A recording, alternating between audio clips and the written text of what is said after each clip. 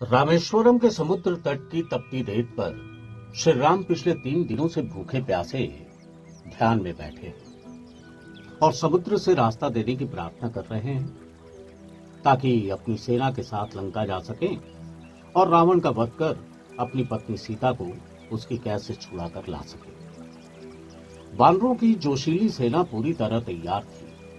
अब श्री राम और सीता के बीच की एकमात्र बाधा ये जिद्दी समुद्र था।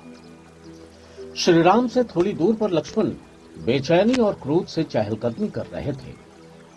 तभी उनके कंधे पर हनुमान ने हाथ रखा और कहा, धीरज रखिए लक्ष्मण जी, इतना क्रोध ठीक नहीं है।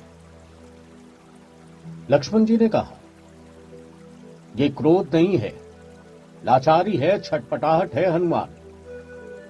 जो श्री राम इतने समर्थ हैं कि समुद्र को एक तीर से सोख ले और तुरंत लंका पहुंच जाएं, वो 3 दिन से याचक बनकर समुद्र से प्रार्थना कर रहे हैं।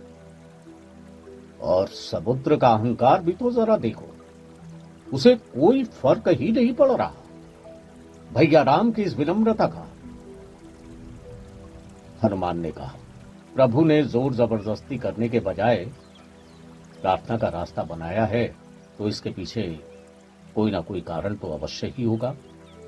जानता हूं भैया नहीं चाहते उनकी वजह से प्रकृति का कोई भी जीव आहत हो, समुद्री जीव जंतु बेकार में मारे जाएं। लेकिन इससे उन्हें और सीता माता को जो कष्ट हो रहा है उसका क्या क्या क्या सपने देखे थे हमने। वनवास पूरा होने को साल भर ही रह गया था। अयोध्या लौटने का समय आ चुका था। सोचा था भैया राम का राज्याभिषेक होगा, फिर हम सब अयोध्या में सुख से रह सकेंगे। मगर मेरी पंचवटी में की गई एक गलती ने सारे सपने तोड़ दिए। काश मैं उस दिन भाभी सीता को छोड़कर भैया राम के पीछे रह जाता तो दुष्ट रावण को उनका हरण करने का मौका ही न मिलता और आज हमें ये दिन देखना ना पड़ता। इधर लक्ष्मण उस दिन के लिए पछता रहे थे और हनुमान सोच रहे थे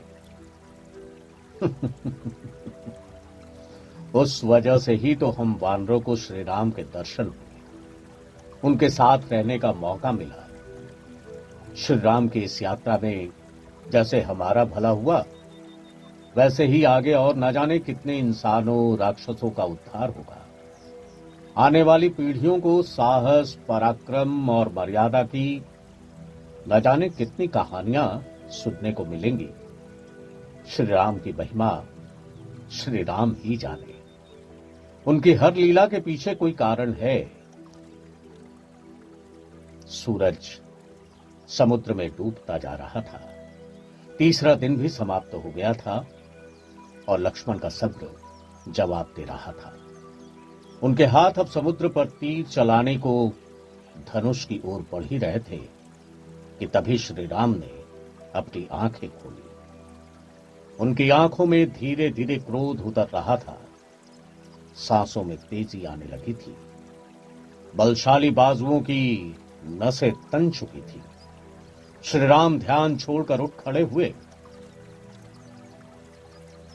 तुम सही कह रहे थे लक्ष्मण, प्रार्थना उसी से करनी चाहिए जो उसके लायक हो।